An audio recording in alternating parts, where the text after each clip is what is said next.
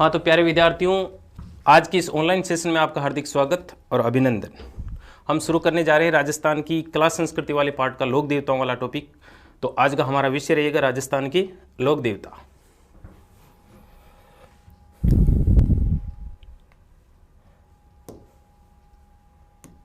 लोक देवता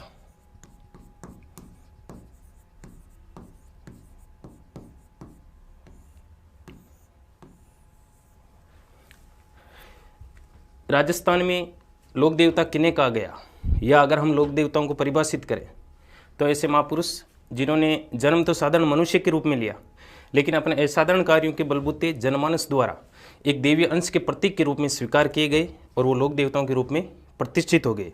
या फिर समाज में जनजागृति का कार्य किया, समाज में व्याप्त कुरीतियों को मिटाने का कार्य किया, या जनमानस में जीवों के प्रति दया की भावना विकसित की।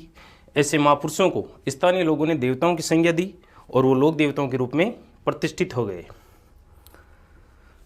राजस्थान में तो लोक देवताओं के बारे में एक कहावत है कि धर जाता ने धरा पलटता तिरिया पड़ता ताव, ये तीन दिहाड़ा त्यागरान काई रंग काई राव। धर जाता, धर मतलब धर्म, धरा पलटता, धरा मतलब धरती, तिरिया पड़ता ताव, तिरिया मतलब एक स्त्री। धर्म, धरती और स्त्री के लिए, इन तीन कार्यों के लिए ये तीन दिहाड़ा त्याग रहा, जिन्होंने अपना सब कुछ बलिदान कर दिया या त्याग दिया। काई रंग काई राव, एक गरीब से लेकर एक राजा तक कोई भी हो, जिसने भी इन तीन कार्यों के लिए अपना सब कुछ बलिदान दे दिया, उन लोगों को स्थानीय लोगों ने देवताओं की संज्ञा दी और इस पृथ्वी के अस्तित्व तक वो लोग देवताओं के रूप में प्रतिष्ठित हो गए। राजस्थान में 5 लोक देवता ऐसे हैं जिन्हें पीर कहा गया या फिर पीरों की संज्ञा दी गई। पीर शब्द का अर्थ होता है कि ऐसे लोक देवता जिन्हें हिंदू तो पूजते ही पूजते हैं, साथ में मुसलमान भी बड़ी श्रद्धा के साथ उनकी पूजा अर्चना करते हैं। अर्थात ऐसे लोक देवता जिनकी हिंदू और मुस्लिम दोनों धर्मों में समान रूप से मान्यता हो, ऐसे लोक देवताओं को पीर कहा गया। तो और राजस्थान में 5 लोक देवता ऐसे हैं जिन्हें पीर कहा गया।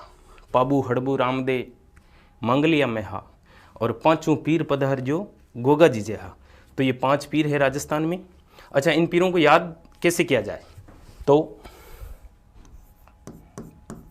गोपाल,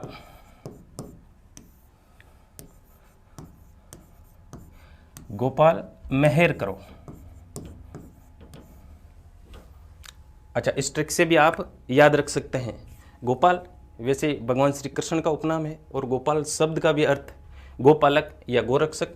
और राजस्थान में भी लगभग संपूर्ण लोक देवता गायों की रक्षार्थी बलिदान हुए, जिन्होंने गायों की रक्षार्थी अपने प्राणों का बलिदान दिया है या प्राणों की आहुति दी है। लगभग लोक देवता राजस्थान में। तो गो का मतलब गोगा जी और पा का मतलब पाबू जी। ये ले साइलेंट रखना है। मेह का मतलब मेहाजी, मेहाजी मंगलिया, मेहाजी। और इस हे का मतलब हड़बू जी,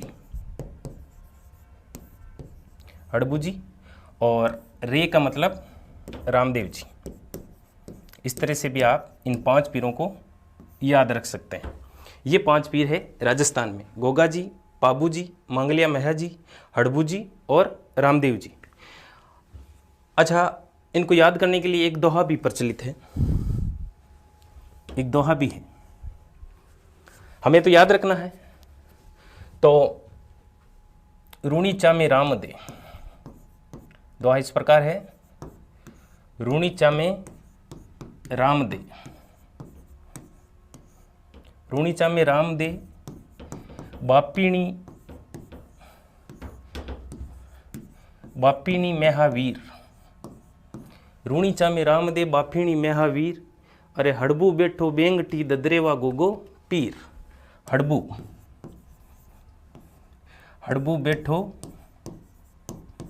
बेंगटी,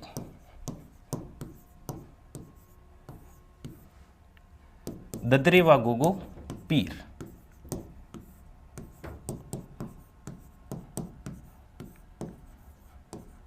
अच्छा, इस दोहे के माध्यम से भी इन 5 पीरों को आप याद रख सकते हैं। इस दोहे के माध्यम से आपको 5 पीर के नाम तो याद होंगे ही होंगे, साथ में उनसे संबंधित महत्वपूर्ण स्थान भी याद होंगे जहाँ इनके मंदिर बने हुए हैं। हम ये मान लेते हैं कि बाबूजी ने कहा कि रोनीचा में रामदेव बापीणी महावीर, अरे हड़बू बेठो बेंगटी ददरेवा गोगो पीर। रूणीचा में रामदेव जी का मंदिर पोखरण रूणीचा में, मेहा जी मंगलिया का मंदिर कहाँ बना हुआ है? बापीणी में। और हड़बू जी का मंदिर कहाँ बना हुआ है? बेंगटी में। और गोगा जी का जन्म स्थान और मंदिर भी कहाँ बना हुआ है? ददरेवा। हालांकि गोगा जी का मुख्य मंदिर नौर हनुमानगढ़ में, जिसे गोगा मढ़ी बोलते हैं, तो वो तो वैसे ही याद रह जाएगा नाम से। तो बाबूजी ने कहा कि रूणीचा में रामदेव बापीणी महावीर, अरे हड़बू बेठो बेंगटी ददरेवा गोगो पीर। इस दोहे के माध्यम से भी आप याद रख सकते हैं और वैसे भी याद रख सकते हैं। अब हम चर्चा करते हैं बाबूजी के बारे में। बाबूजी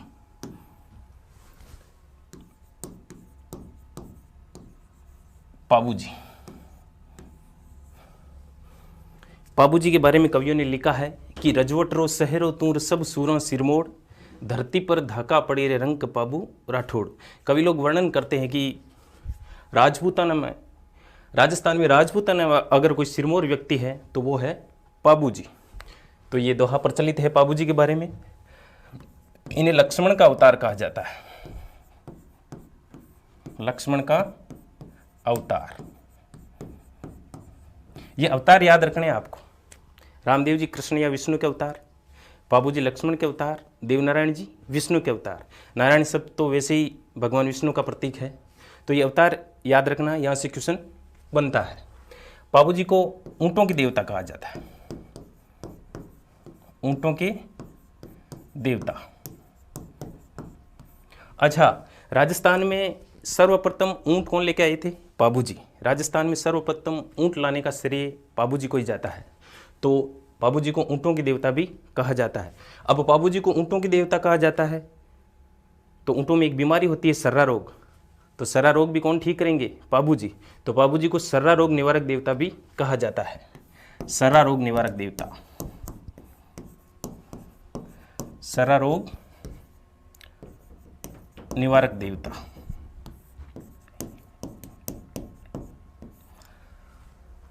जब ऊंटों में ये रोग होता है तो बाबूजी की फड़ बोली जाती है, और जब ये बीमारी दूर हो जाती है तो बाबूजी की फड़ का वाचन करवाया जाता है। इन्हें प्लेग रक्षक देवता कहा जाता है,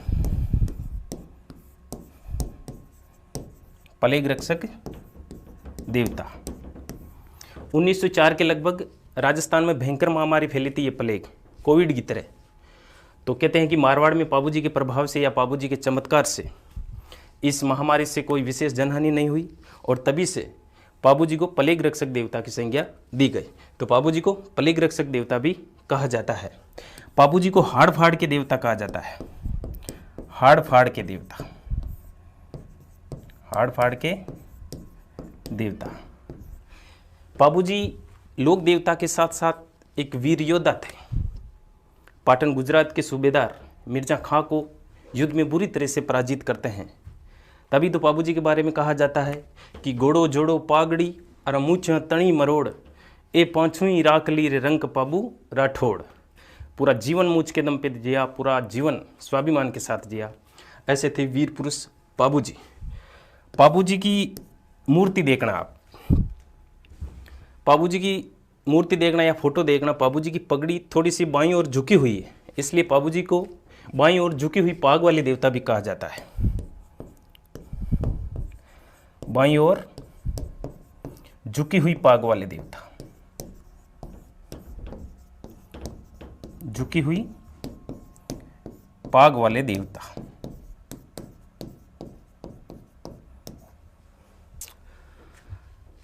एक गुजरात का शासक था आना बाघेला। आना बाघेला के विरुद्ध थोरी जाति के साथ भाइयों ने विद्रोह करके मारवाड़ आ गए और बाबूजी के यहाँ शरण ली। बाबूजी ने उनको शरण प्रदान की, तो बाबूजी को शरणागत रक्षक देवता भी कहा जाता है, शरणागत रक्षक देवता, शरणागत रक्षक देवता। बाबूजी की अश्वरूढ़ भलालिए योद्धा के रूप में पूजा होती है। तो बाबूजी का प्रतीक चिन्ह क्या है? भलालिए अश्वरोही। अच्छा, प्रतीक क्या है बाबूजी का?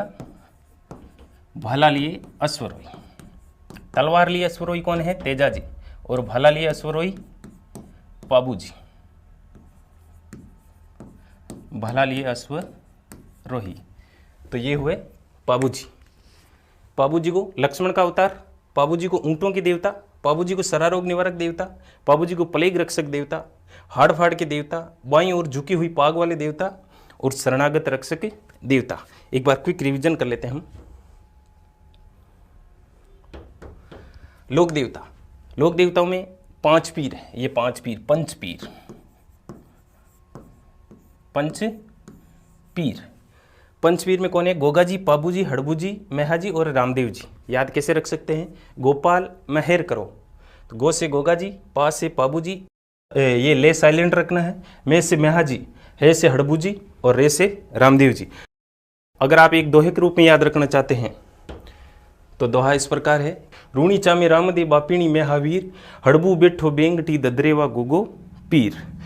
इस दोहे से आपको लोक देवताओं के नाम के साथ साथ इनसे महत्वपूर्ण स्थान जहाँ इनके मंदिर बने हुए वो भी याद रख सकते हैं। ठीक है, आज के लिए इतना ही। कल हम और पाबूजी के संदर्भ में ऐसे ही विशेष और रोचक तथ्यों के साथ मिलेंगे। धन्यवाद।